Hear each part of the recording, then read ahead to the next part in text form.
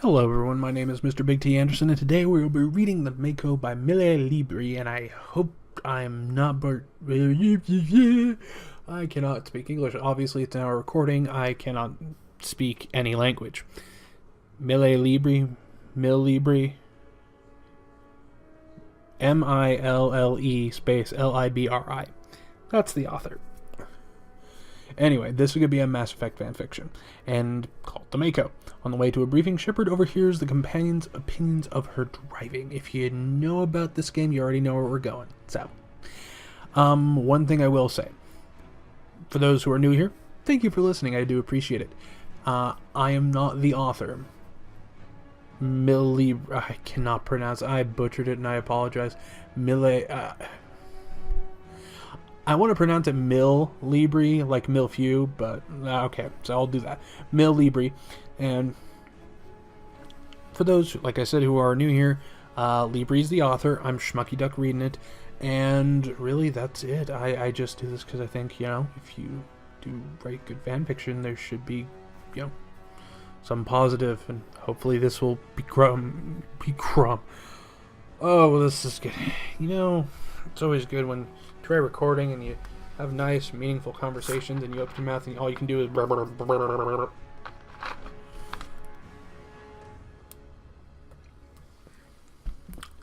well,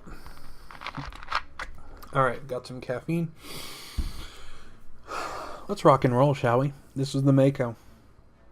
On her way to the debriefing room, Shepard stopped to say hello to the soldiers stationed outside. A young man named Gerard. On only his second mission, he'd started off so in awe of everyone above his rank, which was nearly the entire crew, that he could only stammer when asked a question. Shepard had made it a mission to help him realize that his superiors were only people. They exchanged pleasantries about the food. While she knew many captains had their meals prepared separately, Shepard kept to Captain Anderson's example and ate the same things they were served to the rest of the crew. If nothing else, it gave her something to talk to them about. Today, the biscuits had been rather hard, and she joked to Gerard that someone in the kitchen was thinking about playing shuffleboard while cooking. He chuckled at that, and she moved on toward the door. Before she could touch the panel to open it, she heard someone inside say, "Are you all right, Liara? You seem stiff today." "Oh, no, it's nothing," Liara demurred. "Just my shoulder. It'll be fine." "Did you do something to it, or overwork it?" Ashley asked.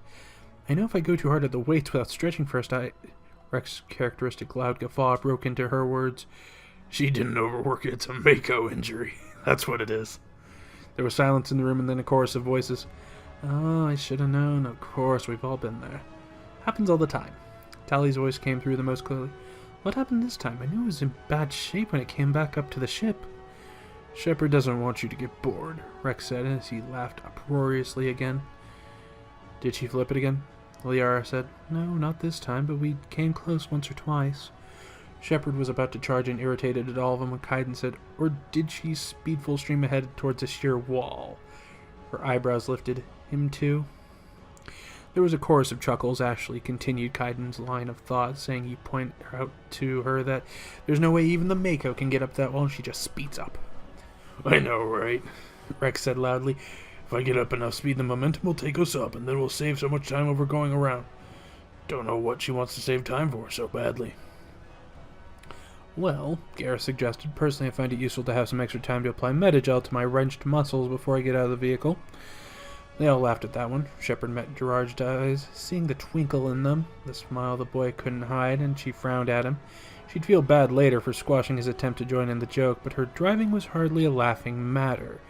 They all got where they were going in one piece, didn't they? Of course, that was more than she could say often for the Mako, but Tally and Engineer Adams always managed to put it back together.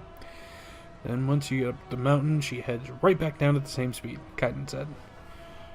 "Good view, though, you have to admit," Rex pointed out, "especially when it's all blurry from spinning around and flipping over." "My grandfather used to tell me about these things he rode back on Earth. Roller coasters. The whole point was to do all that for fun." Her tone indicated the fun was lost on her. "Oh, I've been on one of those. Gave me a migraine," Kaiden said. There was a silence before Liara. "Sometimes it is somewhat enjoyable." Another silence, and Rex laughed again. "Gotta love bouncing down a mountain, practically floating from one peak to another. Gravity, who the hell needs it?" "And the skipper loves it," Ashley said. "You ever see her face while she's behind the wheel, foot pressing the accelerator all the way down to the floor?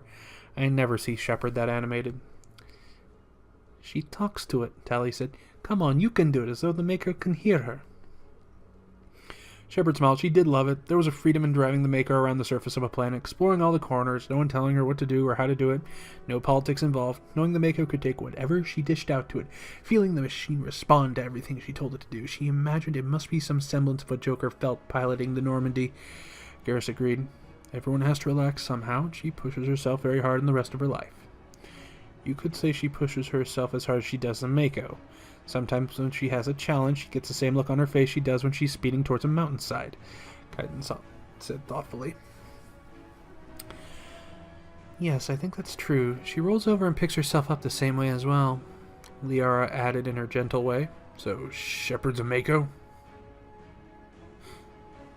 Yeah, I get that. She is not so indestructible as one, Tally pointed out. Ashley said, I don't think she knows that. I keep trying to help her build strength and toughen herself up, but she relies on her suit too much. That's what she has us for, Kaiden said, to keep her safe. If she's a Mako, then we're her Normandy? There was humor in Garrus' voice, as though he was smiling as he said it. Yeah, I like that, only I'm a lot less highfalutin than the Normandy, Rex said. Ashley muttered under her breath, You can say that again. Hey, I heard that. Fine. I'm a lot less highfalutin than the Normandy. Pfft. Shepard could see Rex's grin and Ashley's pained expression, and she chuckled. Hey, what was that? Tally asked from inside. You don't think she's out there listening to us, do you? Kaiden asked worriedly. Shepard stepped back from the door, looking at Gerard and lifting a finger to her lips, shaking her head while she did so. He nodded, seeming to understand what she meant. She went back to the cockpit, checking in briefly on Joker, who mostly seemed annoyed that she had interrupted his chat with the pilot of a nearby freighter, then headed back to the debriefing room, hoping enough time had passed that her companions wouldn't know she had been listening.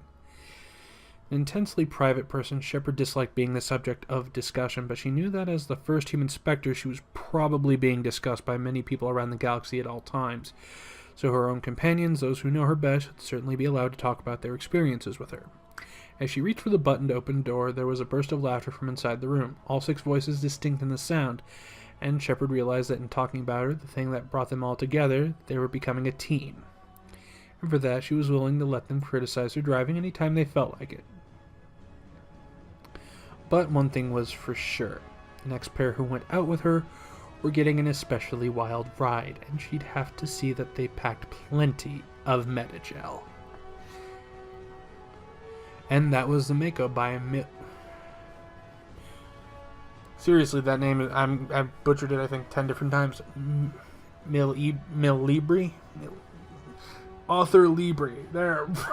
Sorry. I cannot pronounce your name, so I'm kind of boned there. But in any case, if you enjoyed the story, links down below give the author and the story some love. If you like how I did it, you can always leave your comments here. And just tell me what you think. Tell me what's your favorite Mass Effect character? I personally like Samara. And is there any genres of fanfiction, any groupings that you would like to see me give a crack at? Let me know and I'll see if I can maybe schedule that in if everything works out. And by scheduling, I mean toss it at a calendar, see, okay, this is okay, that's what I'm thinking of. So, in any case, thank you for listening. I appreciate you guys. Have a good one. Ta-ta for now.